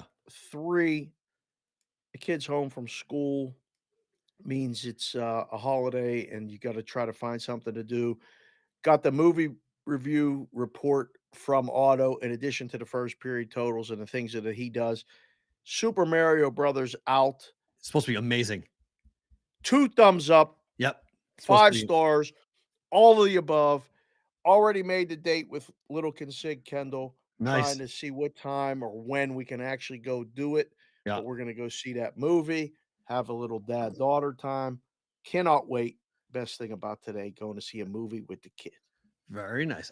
I'm actually copy you tonight. That might be something we're going to do too at Red Rock. Oh, we can check that out. My favorite thing about today is this weekend is going to be unbelievable. This is going to be so fun. So, well, weekend starts in 4.5 hours. So we're really close to getting to the weekend. And so you get 5 o'clock on Friday, weekend starts. We get Masters. We get a huge day of hockey. We get NBA basketball and Major League Baseball all going simultaneously. It is an unreal first Don't forget the UFC at night. And UFC fight night. Thank you. We had the UFC card at night. I mean, it's just, this is such a fun betting weekend. It's awesome. Yeah. Take yourself, pace yourself, but have some fun. Looks like we're talking to you guys tomorrow for a BVB Twitter Spaces. It should be a lot of fun. Farra, Dave, Matt, Roll Call Fridays, always a ton of fun. We'll talk to you on Monday for B.